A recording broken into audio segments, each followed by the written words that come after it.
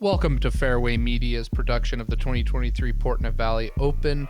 I'm Josh Mansfield, joined by Mason Foltz. Welcome back, Mason. Excited to be here, Josh. We got the South Course coming up for round two. Awesome views, tough layout for these guys, the long layout coming up. This course is sponsored by Infinite and all of our other sponsors there. We appreciate you guys. Yeah, big shout out to the sponsors there. I think the South is one of the best looking courses I've ever played disc golf in, and really highlights the beauty and the different, kind of greenery and the views that you really get to see here up at the Nordic Center. So I'm excited to watch it. Lead card today, Dallin Blanchard, Justin Bilodeau returning from round one. Brock Shepard and Seth Dey will be joining us for round two. They shoot 8 downs in order to make their appearance on the lead card. Yep, we got two guys from Utah joining the lead card with Justin down from round one. We got hole one here. Forehand over the top is going to be the preferred route, 305 feet. Thumber looks like for Dallin coming up. And they are not going to be playing. You saw 2 baskets on coverage there. The blue basket is the one covered in the garbage bag. They are not playing to the short position here. It is the farther one tucked back in the tree. That's going to be the case for all the drone flyovers. Don't look at the blue baskets.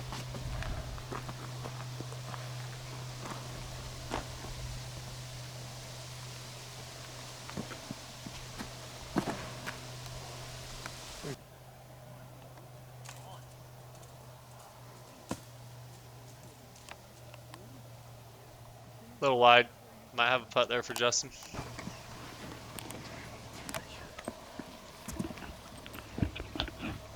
Okay, I'll move it closer. Brock Shepard up next. Also going to be showcasing a thumber. You know, Dallin used a lot of that in round one. And this looks perfect. Just a little bit past the green. Should have a nice straddle putt. It's a great shot from Brock there. Yeah, Brock's no stranger to coverage either. He's been on some Central Coast and different coverages. He has been known to make some lead cards. He's coming out of Utah. Seth Dey, another Utah player, is going to be coming, also making the debut here. 3 thumbers. Feels like cheating. I personally can't throw them. I know, Mason, you're a big fan of them. Are they going to be using that tool a lot here on the South Course? Wow, excellent thumber there from Seth. Yeah, these players all have a Swiss Army knife in their back pocket with a thumber, so you're going to be seeing quite a few of those. Seth in particular, he has set a record actually for overhand flying disc with a thumber. So he has an incredible overhand, so you're going to see a lot from him. This must be such a nice weapon to have. Wow, big putt from Justin. He's the one definitely most out of position, but able to make the nice circle 2 putt there. Going back to Seth, he just eclipsed 1,000 rated and is now in the 1,003, joining that 1,000 rated club. So excited to have him on coverage with us here today. Yep, should see some good golf from him. Tough look for down, a little obstructed.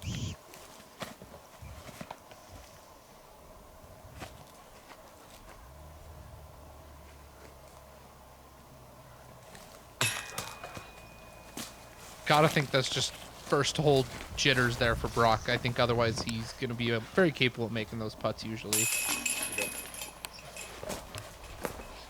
Yeah, you're right about that. Brock's definitely solid on the greens. First hiccup on hole 1. Shouldn't be a problem. He'll bounce back. Only 2 birdies feels a little bit of a slow start here for hole 1, but I think these guys will get it warmed up and start playing well. So hole 2. Mason, tell us a little bit about this hole, because this one plays so differently based on divisions and wind conditions. It's definitely a signature hole on this course.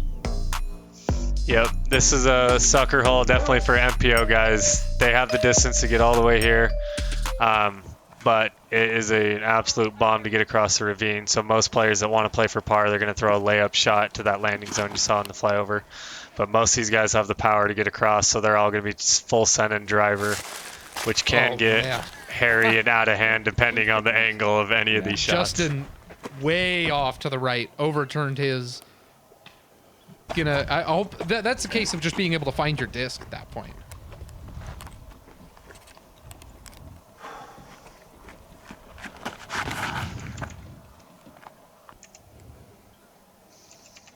Pretty good angle for Seth coming in here.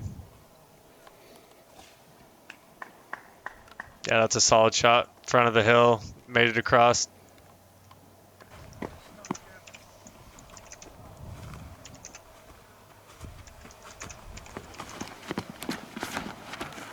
Oh boy. Flip. Oh shit. Oh no. Watch that. Watch That is that. bad. Yeah, that one is getting away from it. We're going to watch this again, but this gets out of hand, gets down to a spot on the property that I have never seen before. I was actually spotting for these guys on this hole and ended up locating that disc. You're going to How bad is that? see. Like how much trouble is Dallin in right there? Yeah, that's the trouble with this hole. This hole entices these big arms to want to go for it, but the one small angle miss and they can be in some big trouble. As Dallin might have scared Brock into a layup there. I'm not sure if he was going to go for that or not, but yeah, any wrong angle here can get you into a lot of trouble. Brock comes a little bit short of the green, but is on the front side of the hill and should have a look. So it looks like we're looking for Dallin's shot to come up. Yep. We missed a couple shots coming up the hill. It took him a couple to get out from the spot he was in down there to get all the way up. So I think we missed 2 of his shots coming up. So he's struggling to get out of this hole clean.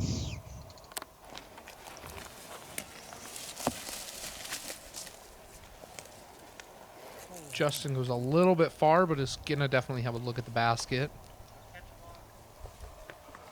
Yeah, he's going to have a circle's edge look for par.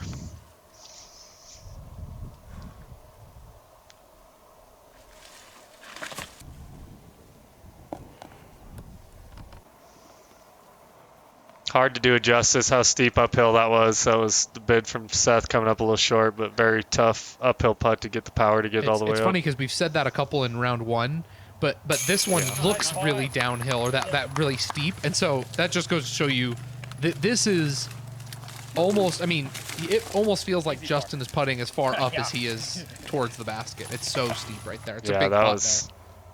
That did not do it justice how good that putt was right there from Justin. Straddle putt, uphill, circle's edge.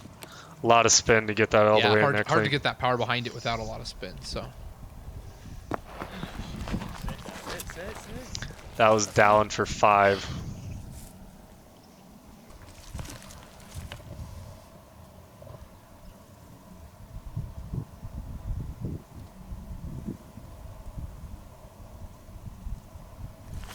it's interesting how little Brock gets his left arm involved in his putt. Oh no. Uh-oh. Well, and Brock's further away than he was for his par putt. Yeah, that is not what he drew up for that putt. Catches front cage, gets up on edge. You don't like to see that. Tough 3 putt for Brock.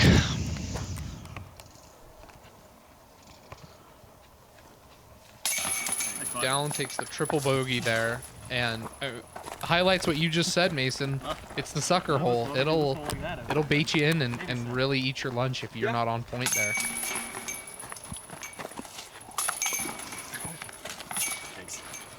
Brock taking the double from the unfortunate green play. This is a must-get hole here. Hole 3 is a par 3 and quite a short hole. One that these guys all should be getting quite easily, but I'd imagine probably going to be going over the top, or we're playing putter up the middle here. Yeah, just a little flip-up putter for most of these guys. Just got to hit the gap.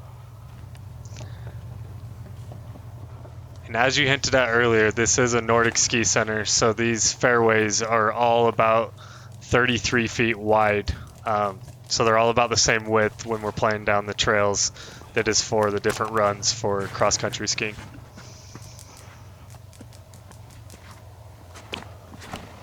Oh boy. You're right. Seth comes up a little bit short, going over the top there.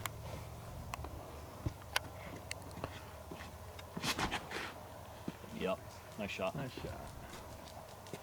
Here, Brock.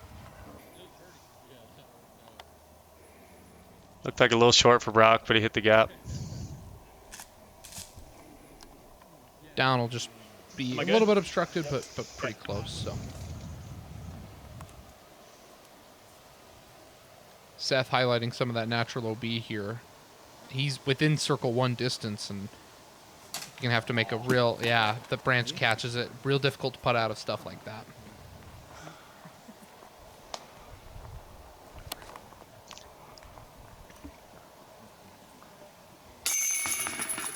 Nice recovery from Dallin. Nice, dude. Yeah, great bounce back birdie there.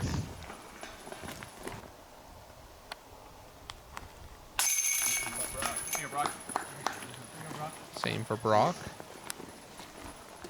Getting his round going with the birdie there.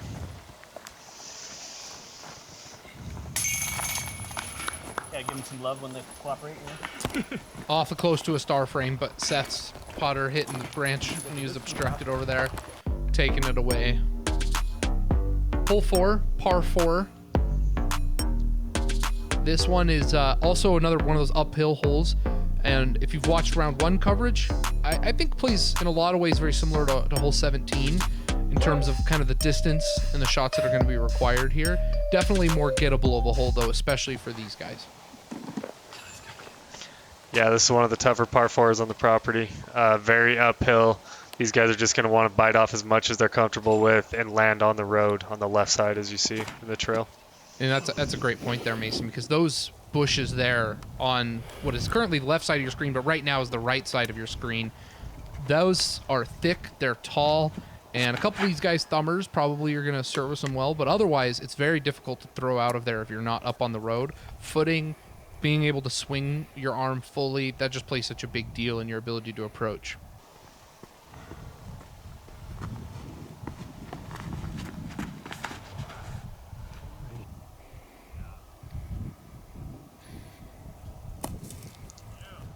That is way up there for Dallin. That is I'd ideal. say, can you place it in a better spot than that? If you gave him the disc to go walk up and put it somewhere, would he put it anywhere else? I don't think so. Shot. Yeah, Dallin has that next level power with the backhand. You saw it a few times on the North course. He can go over stuff most people can't and bite off more on the par 4s. Makes his up shots a lot simpler.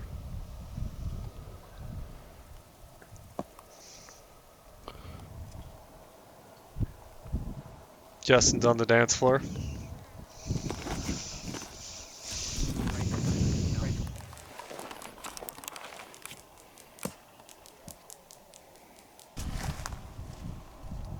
Brock with a great thumber puts him right inside the bullseye. Seth looking to mimic that route. He comes up short and he's going to have a tough time putting from back there. Yeah, I think that came out a little weird for Seth. Tough swing.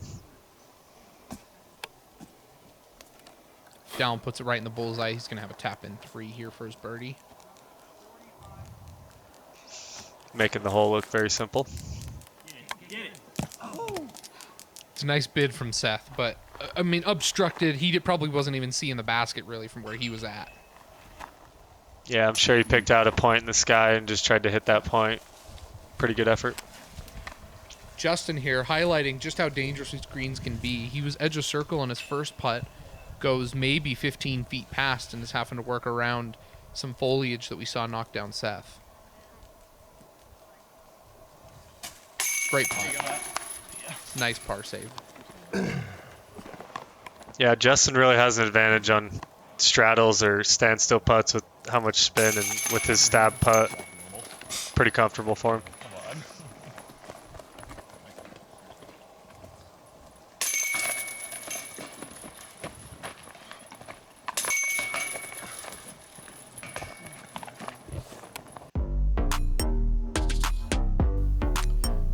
Hole 5.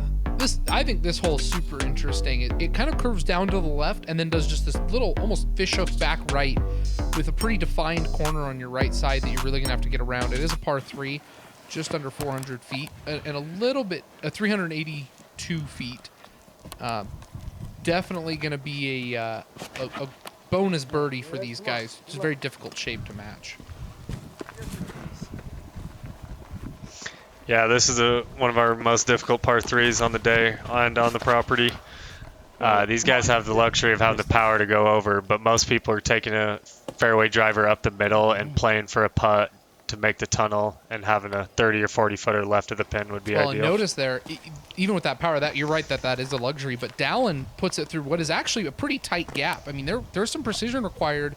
This isn't just a throw it up and let it come down. You push too long, you're gonna get caught up in those pine trees. But very good shot from Dallin to get him to edge the circle. And here's Justin, highlighting not getting all the way through. So definitely requires some precision with that power.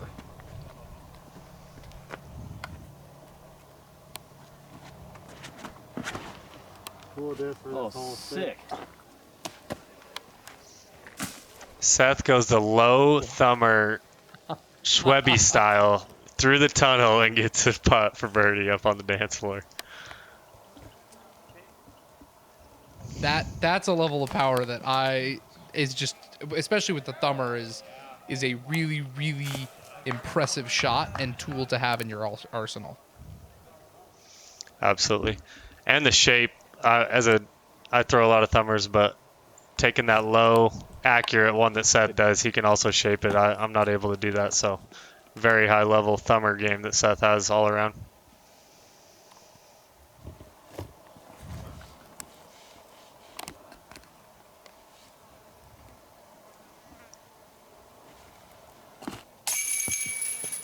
Oh, just splashes out for Dallin. Would have been a nice birdie to get there. Yeah, he's expecting to make those. I'm sure he's kicking himself.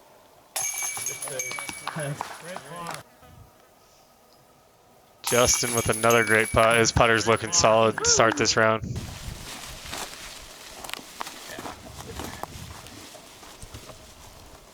Good on putting. Yeah.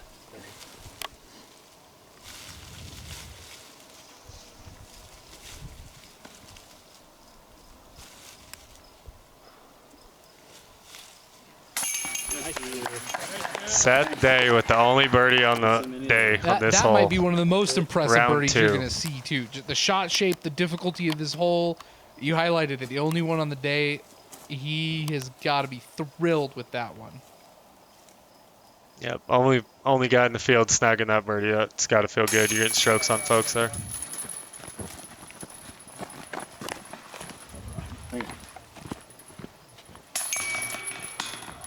Rest of the guys clean up their par there. No damage done.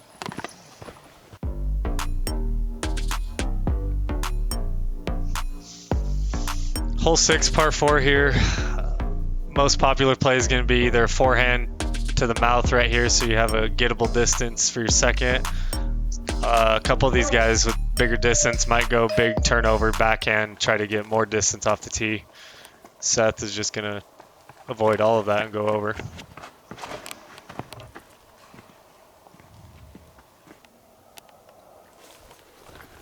Look at the flight on that thing. Incredible. I mean, it's not in the fairway, but that's 500 feet of power with the thumber uphill. That's pretty Well, and incredible. when you've only got a little more than 100 feet left to go, that's okay. It's all right if you're off a little bit there.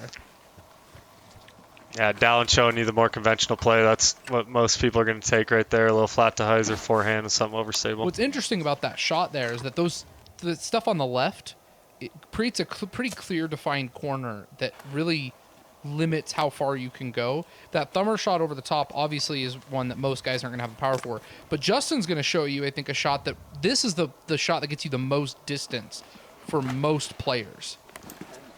High risk, high reward with this shot here.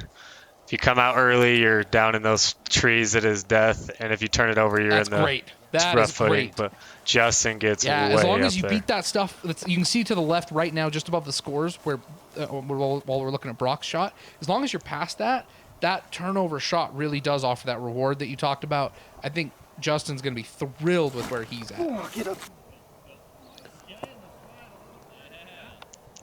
Tough shot. Thumber for Brock slides up there. Nice little bit of ground play slides him up towards the basket. He's going to be just outside circle one. Talking to his disc.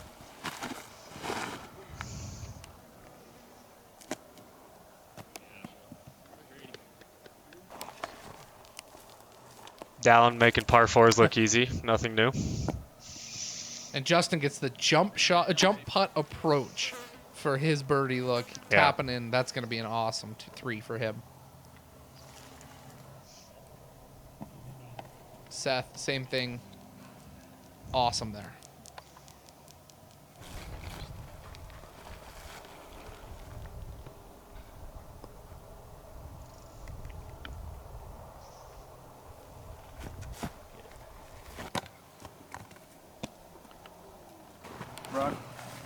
Brock definitely being held back by his putter right now. Throwing some great shots, but Yeah, he's looking to get the putter going. He's usually pretty solid around the greens. Just a little bit of nerves, I would assume.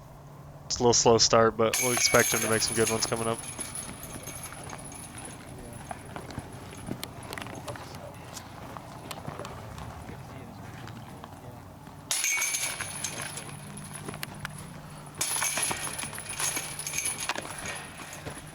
rest of the guys tapping in. What are some excellent birdies there? Absolutely. Can't beat those views. No, you can't.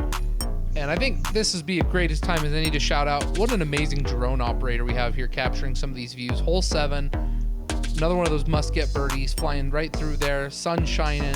Drone operator doing an excellent job of highlighting just how picturesque this course is and how great some of these holes are.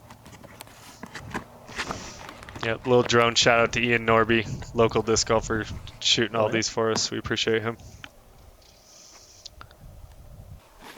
That's going to be a nice a thumber that puts Seth right in position for the birdie.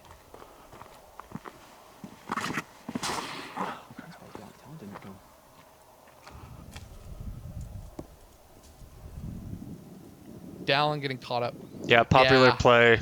Forehand over the top, but Dallin catches that one lone tree that you try to miss there. This is one that really is a pick your poison in terms of how you want to play it. Seth showing the over the top route. Oh!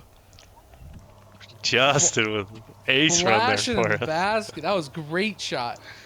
I know there are some guys here, though. You see these two trees right in front that kind of frame the hole.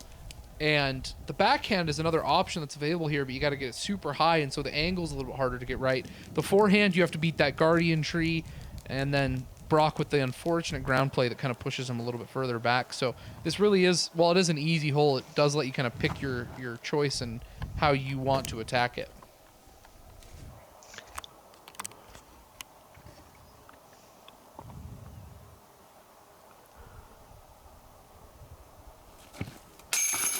There it is. Brock. There's the putter we were looking for. Once he starts making those, they will all start to go in. Keeps it low, lots of spin. It's the kind of putt you need out here.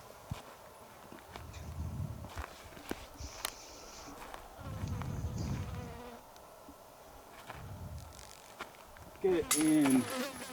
While they're cleaning up, Mason, we're about to get on to hole 8, which the next 3 holes, 8, 9, 10, are kind of a combo of holes that really utilize elevation.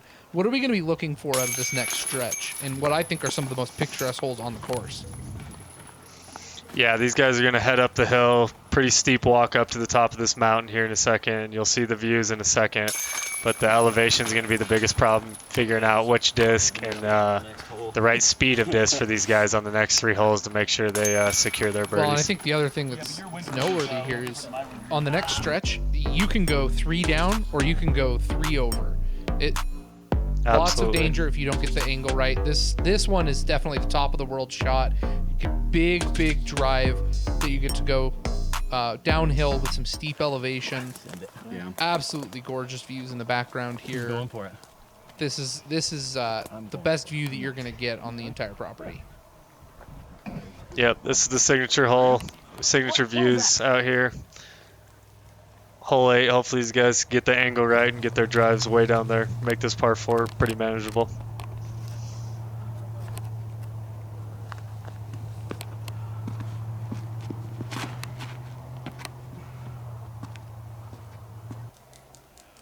It's looking good from Justin.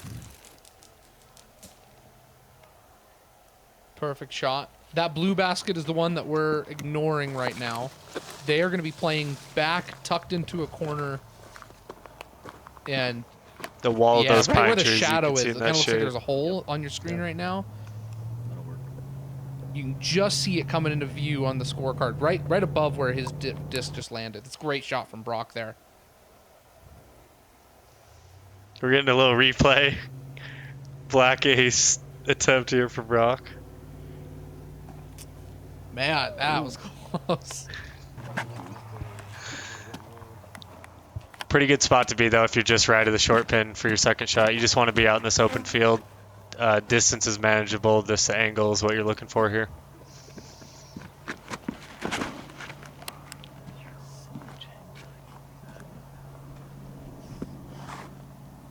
That is a crush. That is such a far thumber. I cannot even believe that. Yeah, he really knows how to get full flights out of these and get airtime. They are getting the distance of most backhands. It's Well, a and you weapon. said, Mason, you said that you throw a lot of thumbers. How hard is it to control when you've got the elevation like this, making sure that the disc is flipping at the appropriate times to get that full flight and also keeping it where you want to?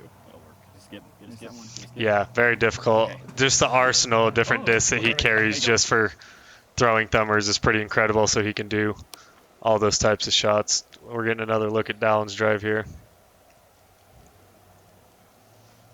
All these guys look like they should be in position to get birdie here, though, with an upshot. Dallin really showing us, I think, what is the best line, keeping it low, the low hyzer, allows it to kind of filter over to the left, give you a good look, but doesn't really get in danger of staying too high and stalling out. So great shot from Dallin there. Yep. Tugged on that. This pin is very steep up on this hillside. Video doesn't do it justice, but these guys are going to have to land their disc flat in order to not roll, and the putting green is going to be That's a steep great here. point. Rollaways are a possibility, both on this upshot as well as on the putting green. So getting close is going to be an important factor just for kind of calming those nerves and worrying about your disc running away from putting. Nice shot from Seth there.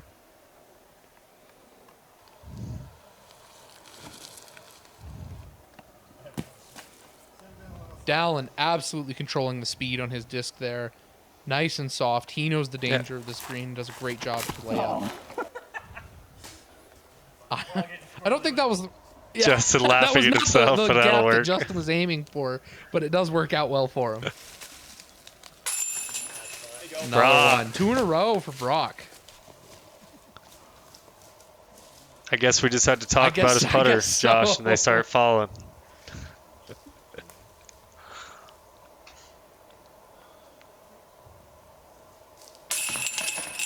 That putt impressed me from Brock mainly because he's on the side hill, so he didn't have much footing, so it was mostly an arm swing. He just got it right. It was You nice. see Seth there taking his time, even though it's not that long of a putt. Again, kind of really respecting the hill, respecting the danger that comes with it. It's a good putt from him. Ready frame? And there's the star frame. Justin Yep. calling it out for us, doing our job.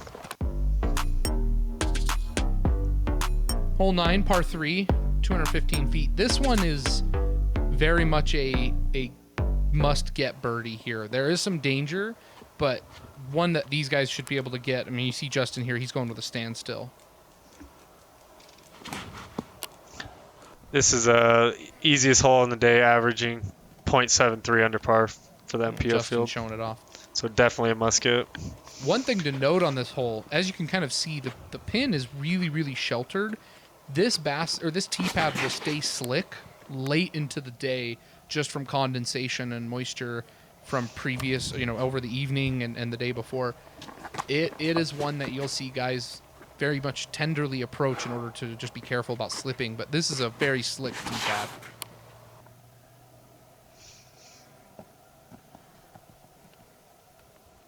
Solid shot there from Seth.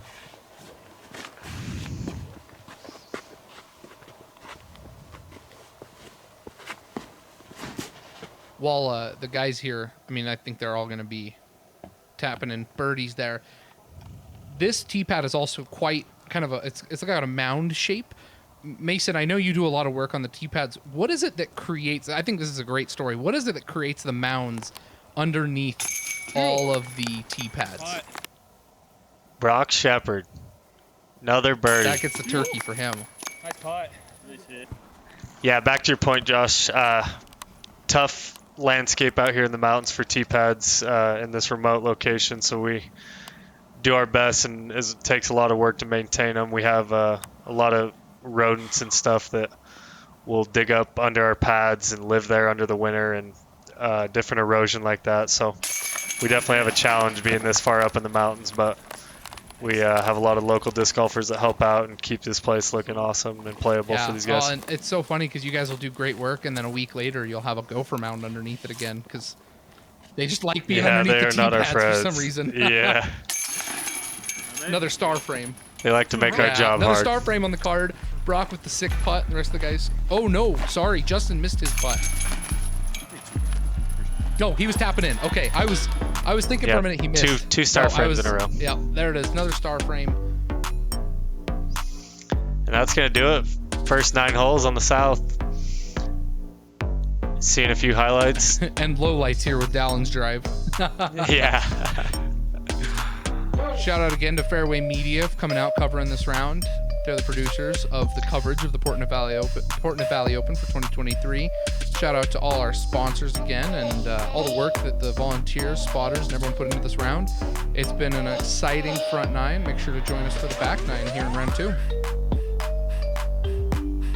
See you on the back 9.